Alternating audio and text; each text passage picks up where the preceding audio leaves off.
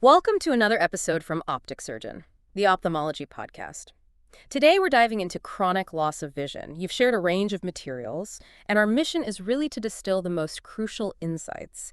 We want to help you understand why your vision might be changing gradually, what could be happening behind the scenes, and what it all means for you. Okay, let's unpack this. It's quite something, isn't it? How many different pathways can actually lead to a slow decline in eyesight? It's not like a sudden injury. Chronic vision loss, it often develops quite subtly. So recognizing those patterns early on is really key to figuring out what's going on. Exactly. And we can kind of think about this from two angles, right? First, what you, the listener, might actually experience day to day.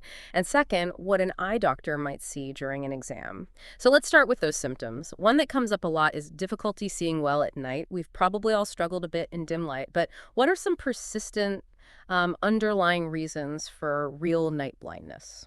Well, yeah, persistent trouble in low light, it often points to a few things. Sometimes it's as simple as uncorrected nearsightedness, myopia, even a slight amount can make a surprisingly big difference at night because, your pupil opens wider in the dark, letting in more of that unfocused peripheral light, which causes blur you might not notice in bright daylight. Ah, interesting. Then you've got things like advanced glaucoma or optic atrophy. Damage to the optic nerve itself can definitely impair night vision.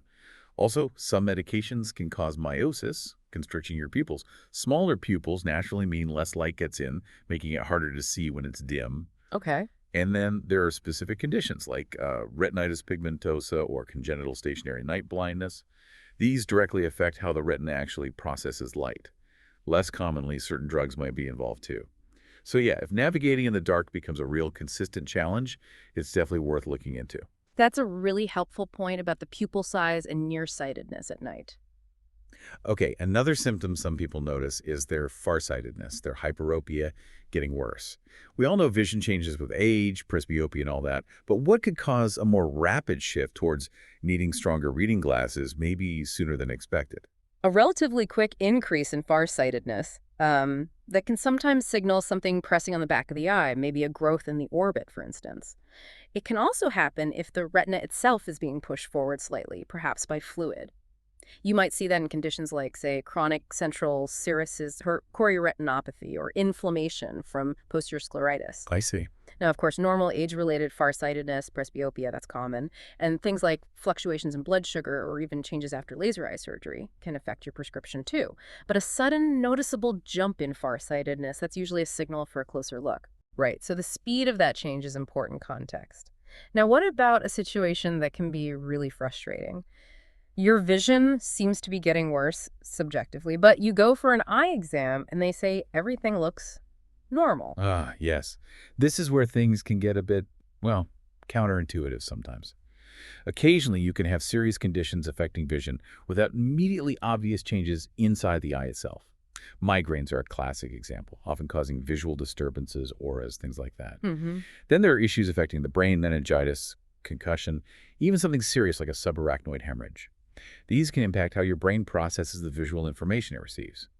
Also, inflammation behind the eyeball, what we call retrobulbar optic neuritis, might not show immediate changes on the optic nerve head during an exam, even though it's affecting vision. Okay. And interestingly, though it's not a direct cause, even having very light-colored irises has sometimes been associated with some of these less clear-cut vision changes. Yeah. It's not fully understood why, but it just highlights how interconnected the whole visual system is. That's fascinating about the iris color link. Okay, let's switch gears now and talk about what an eye doctor might see during an examination that could indicate chronic vision loss. One important sign is optic nerve pallor, a sort of paleness of the optic nerve. What does that typically suggest? Right, optic nerve pallor indicates a loss of nerve fibers. These are the fibers that transmit all the visual information from the eye back to the brain. What's often particularly telling is that this paleness might be more pronounced, maybe disproportionate, to the amount of cupping that's the hollowing out of the optic disc that we often associate with glaucoma. Ah, So when you see that pattern, it can point towards optic atrophy from a wider range of causes. Things like tumors pressing somewhere along the optic nerve pathway, certain infections like syphilis, or maybe past damage from disrupted blood flow like ischemic optic neuropathy. Multiple sclerosis is another possibility. And when these nerve fibers are lost, it doesn't just affect sharpness, visual acuity. It can also impact color vision and your central field of view. So that pallor is a potential clue to nerve damage that might not just be from high eye pressure. Got it. Another area where changes can lead to blurry vision over time is the cornea, the clear front window of the eye. What are some common corneal conditions that cause this kind of chronic blurring? Yeah, the cornea needs to be perfectly smooth and clear for sharp vision. One condition is keratoconus. This is where the cornea gradually thins and starts to bulge outwards into an irregular cone shape. It usually starts in adolescence or early adulthood and causes increasing irregular astigmatism. That leads to blurred vision and often symptoms like starbursts or halos around lights. Those are comfort. It can be. And sometimes vision can worsen quite suddenly with pain and tearing if fluid abruptly enters the corneal layers. That's called acute corneal hydrops. Okay. What about Fuchs' endothelial dystrophy? That sounds different. It is. Fuchs' affects the innermost layer of the cornea, the endothelium. This layer's job is basically to pump fluid out of the cornea to keep it clear. In Fuchs, this layer deteriorates. You get these little bumps called guttae, and the cornea can start to swell up with fluid, especially overnight. So people with Fuchs often find their vision is blurriest right when they wake up. Glare can become a really significant problem. And in older individuals, these swollen areas, like little blisters or bullae, can rupture on the surface, which can be quite painful. Think of it like the cornea getting waterlogged because its pump isn't working efficiently. Right, that makes sense. And then there's also something called congenital hereditary endothelial dystrophy. How does that compare? So CHED, or congenital hereditary endothelial dystrophy, is different because it's present right from birth. Babies are born with cloudy corneas, usually in both eyes. Now, this cloudiness can lead to involuntary eye movements, what we call nystagmus, but the condition itself usually doesn't get progressively worse over time, unlike Fuchs. And typically pain or significant light sensitivity are uncommon with CHED. It's more about a structural issue from the start, rather than a gradual breakdown. Okay. And finally, just simple corneal scarring can cause chronic vision issues too, right? Absolutely. Any scar tissue or opacity in the cornea can block or distort the light trying to enter the eye. Advanced trachoma, is this type of chronic infection, is a major cause of corneal opacification and blindness worldwide. Also, corneal ulcers infections from bacteria, fungi, acanthamoeba, or viruses, even after they heal, can leave behind scars that permanently affect vision. Okay, let's move deeper into the eye. Glaucoma is, of course, a very well-known cause of progressive chronic vision loss. But it's not just one single disease, is it? That's exactly right. Glaucoma is really a group of diseases. The common factor is damage to the optic nerve. This damage is often, but importantly not always, associated with increased pressure inside the eye, the intraocular pressure, or IOP. The most common type is primary open-angle glaucoma, POAG. And the tricky thing about POAG is that it's often completely asymptomatic until the very late stages. That's why routine eye exams are so critical. Right. The vision loss typically starts very gradually in the peripheral, the side vision, and only affects the central vision much later on. Key signs an eye doctor looks for are that elevated IOP, characteristic damage to the optic nerve head seen as increased cupping, and specific patterns of vision loss on visual field testing. And then you mentioned it's not always high pressure. There's low tension glaucoma. That sounds a bit contradictory. It does seem that way, doesn't it? Exactly. Low tension glaucoma, or sometimes called normal tension glaucoma, is essentially when you see that same characteristic optic nerve damage and vision loss pattern as in POA, but the person's measured eye pressure consistently stays within the statistically normal range. Interestingly, people with this type seem to be more prone to having small bleeds, hemorrhages, right on the optic disc. And their visual field defects, the areas of vision loss, can sometimes be denser, more localized, and perhaps closer to their central vision compared to typical high-pressure POA. It really underscores that the optic nerve can be vulnerable to damage even without overtly high pressure. Other factors like blood flow might be playing a bigger role. We usually hear about angle closure glaucoma as being this sudden, painful emergency, the acute attack. Can angle closure also cause problems more slowly, more chronically? Yes, absolutely. While those acute angle closure attacks are certainly dramatic and require immediate attention, it's also possible to have chronic or intermittent angle closure. In these cases, the drainage angle for the eye fluid becomes blocked gradually, or perhaps opens and closes intermittently. This causes eye pressure to rise more slowly, or perhaps in spikes, leading to progressive optic nerve damage and vision loss over a longer period. Okay. And just to round out glaucoma, there are also secondary glaucomas. Yes. Secondary glaucomas are those that develop as a result of some other eye condition, or even a systemic issue or medication. For example, long-term use of steroid medications, whether eye drops or systemic, is a well-known cause. Chronic inflammation inside the eye, uveitis, previous eye injuries or surgeries, or even problems with the eye's natural lens can all lead to increased eye pressure and the development of chronic glaucoma and subsequent vision loss. Right. Okay, let's shift our focus now to the retina. That's a light-sensitive tissue lining the back of the eye. Several retinal disorders are major players in chronic vision loss. Retinitis pigmentosa is one we often hear about, often in the context of inherited conditions. That's right. Retinitis pigmentosa, or RP, isn't just one condition, but rather a group of inherited diseases that cause the photoreceptor cells in the retina, the rods and cones, to gradually degenerate. It typically starts with difficulty seeing at night, often noticed in childhood or adolescence. This is because the rod cells, responsible for night vision, are usually affected first. This is followed by a progressive loss of peripheral vision, leading to what's often described as tunnel vision. Eventually, the central vision can also become affected in many forms of RP. What would a doctor see? During an exam, doctors often see characteristic pigment deposits in the retina that look like little bone spicules.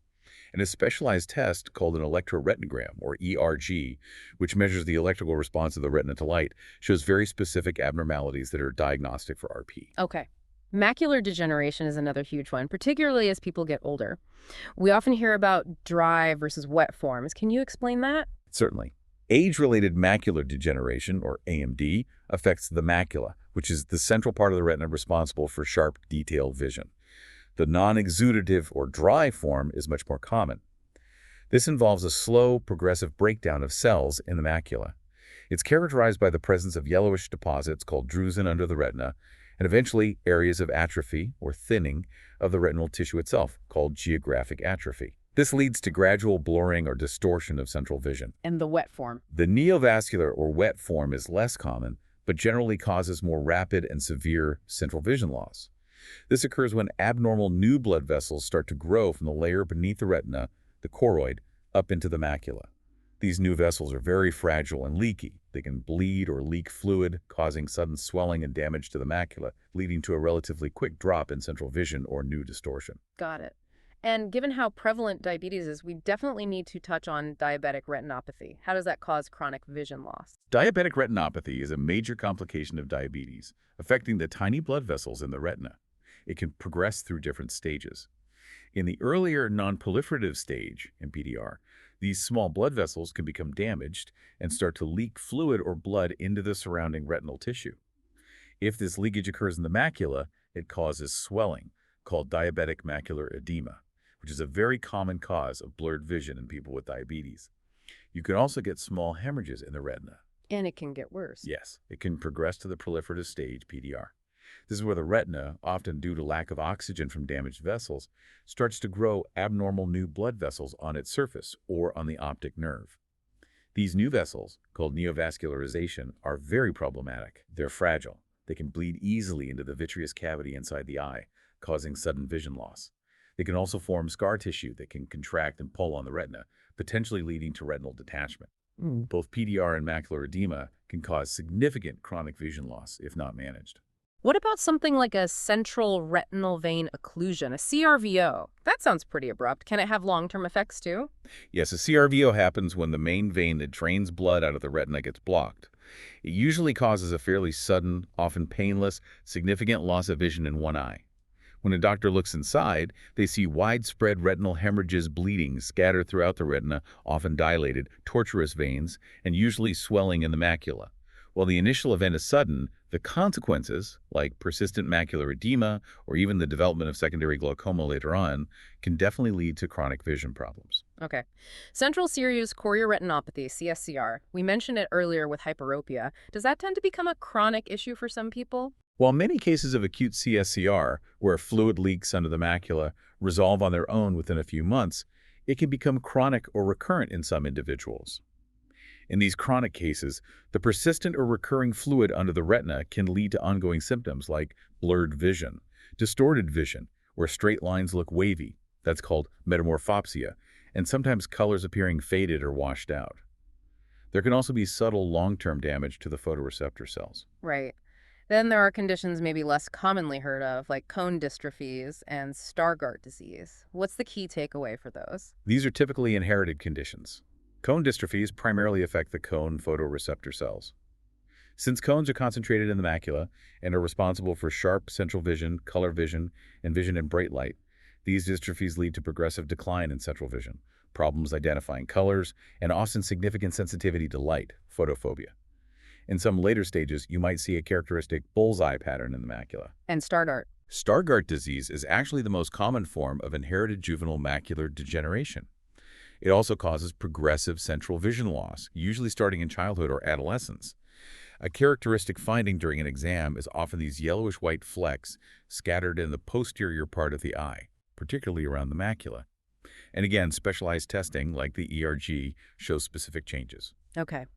And one more retinal condition, Best disease.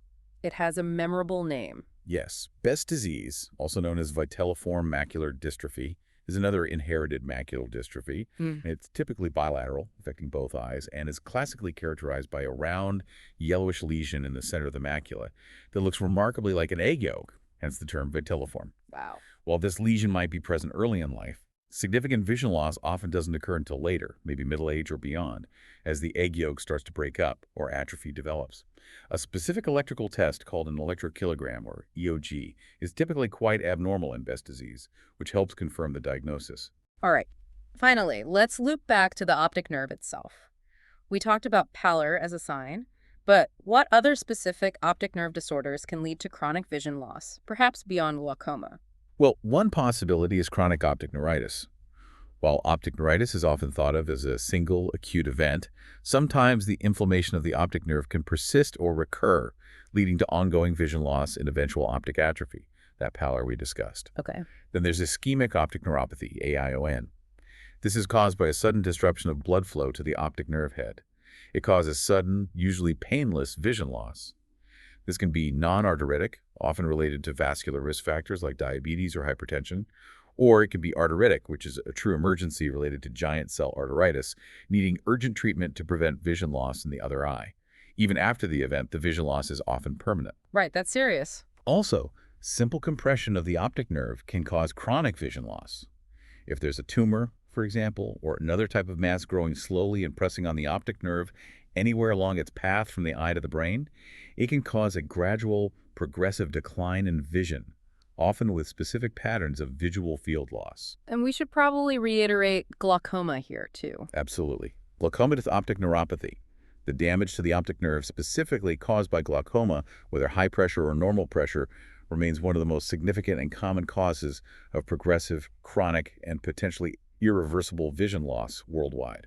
It really is quite eye-opening, pardon the pun, to see the sheer variety, how many different parts of the eye and even connections to the rest of the body can contribute to vision loss that happens gradually over time. It truly is, and I think it really underscores a crucial point.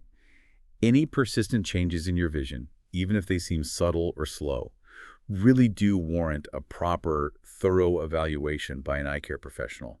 Identifying the underlying cause, whatever it might be, is absolutely the most important first step towards figuring out the best management strategy and hopefully protecting your remaining sight.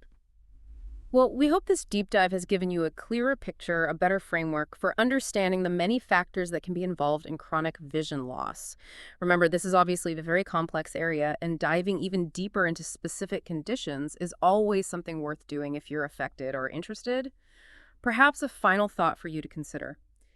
Thinking about this intricate system, what specific aspect of vision loss, maybe a particular condition or mechanism we touched on, are you most curious about exploring further in the future?